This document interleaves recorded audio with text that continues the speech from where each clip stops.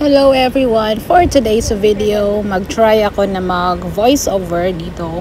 This video took last April pa. Yung April pa po to, yung video na to. But gusto ko lang po i-share dito sa aking YouTube. Ito po yung travel namin papunta ng Pilipinas. Dito ay nagbabas po kami papuntang Incheon. But before kami nag-bus, hinatid po kami ng asawa ko papunta sa dito na lugar, which is Mokpo.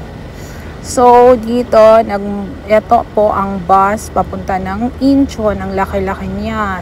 So ito, katabi kami ni Jiho. Ang laki po ng ng ganyan, ng mga upuan. Yan, abod Chico yan. Yan ang biyanan ko, kasama po namin papunta ng Pilipinas.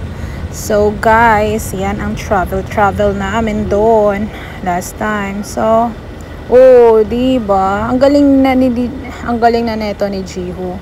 Last year, every year, mula nung after pandemic, nakapag-travel na si Jiho. And now, iba na po talaga na mas malaki na siya ngayon. Marunong na po siya magbitbit ng mga gamit niya. Sabi ko, eto ang assignment mo. Etong bag mo, eto lang dalhin mo. Ito ring pouch, ito ring kabang na to, itong maliit na ikaw rin magdala kasi marami akong dadalhin. Alam niya, so every baba namin, alam niya kung ano ang dadalhin niya. So, di ba? Yan, si Jiho. Tuwang-tuwa sa airport ng Incheon. Sa Incheon Airport na po kami dyan. At ayan, na ako niyan, mag-check-in, mag-self-check-in na ako niyan. So, ayan. Kasama ko biyanan ko, senior citizen. At tong anak ko na ang kulit-kulit, papunta kami niya ng Pilipinas, Charnes. So, wala lang. Ay. Malamig pa niyan, kaya kailangan pang naka-jacket. So, ayan. Ayan, si Jiho. Gusto na rin niyang magdala ng maleta. Gusto na rin niya. Meron daw siyang sa kanya, sabi niya. So, ayan, papasok na kami niyan sa papuntang immigration. So, bawal na dun ang cellphone. So, stop na tayo. Pagkatapos ng immigration, nandito na kami sa labas na. Papunta na kami ng lodging place. Ano yun, papunta na kami niyan. So, ayan, tuwang-tuwa si Jiho. Tuwang-tuwa siya after sa Pero ang init, namumula na siya. Tapos ayan, papunta na kami sa aming boarding place, sa aming boarding na papunta na kami dyan. So ayan, diba, na si Gio, nakakatulong na rin siya kahit papaano. Marunong na rin siya magdala ng mga gamit, lalo na sa pag-uwi. Alam na ni Jiho ang pero tuwang-tuwa talaga siya dyan. Sabi ko, magpunta. Ayan, Jiho, mag-uwi na tayo sa Pilipinas.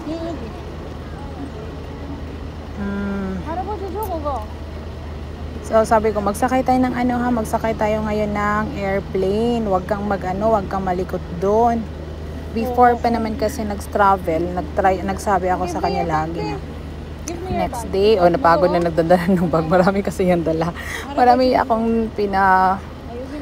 akong nilalagay. Marami akong mga piniprint na mga pang-activity niya sa airplane at siya sa biyahe namin kasi pagdating ng Cebu, 5 hours pa kami magstay, hindi na kami lalabas kasi dami naming dinadala. So, 5 hours kami magstay bago kami magsakay na naman ulit ng ibang plane. So, ayan, dami akong dalang mga pang-color sa kanya, mga activities niya para hindi naman boring. Tapos gustong-gusto niya kasi na mabusy siya. Ayaw niya yung walang ginagawa, kaya nagre-ready na ako noon. Yan.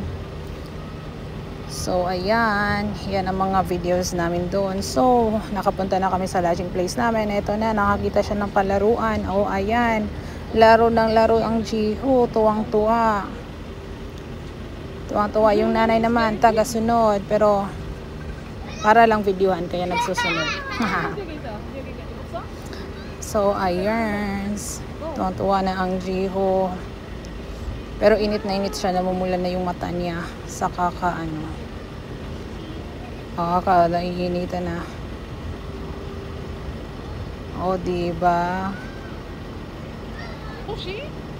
Oh, ayan. May time pa nito na. Pero alam na niya yung place namin. Alam niya yan. Basta nakaupo yung Haraboji niya.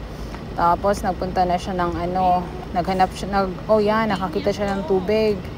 Gusto rin yun. May nakita siyang ano, lalaki niya na nagiinom. Kaya gumagaya rin siya. Magiinom. Oh, nakakaano. O gusto niya mag-inom kasi nagaganon yung lalaki. Pwede yan siyang drinking water. Pwede yan siyang mainom. Malinis yan ng tubig. Hindi ako mapagod ka maglakad ng ano. Kung mapagod ka maglakad ng ano, so mag-inom ka ng tubig ka. You get your tumbler. Pwede ka makainom diyan. O, di ba? So ayan, may time rin siya na biglang nawala. Akala ko papunta lang sa tubig. O, sabi niya last niyan. Eto, pinabayaan ko lang siyang maglakad-lakad. May time rin siya na gusto niya ulit magbunta sa tubig. Pero pagpunta ko sa tubig, yung sa may gripo, wala na si Jiho. Yun pala, nagpunta na sa malayo. Akala ko alam niya, na pare-pareho lang kasi yung mga boarding gate. Kaya hindi niya alam. Nawawala na, nag-ikot-ikot na siya. Buti nahanap ko after ilang minutes. So, ayan, yung mga kaganapan namin doon.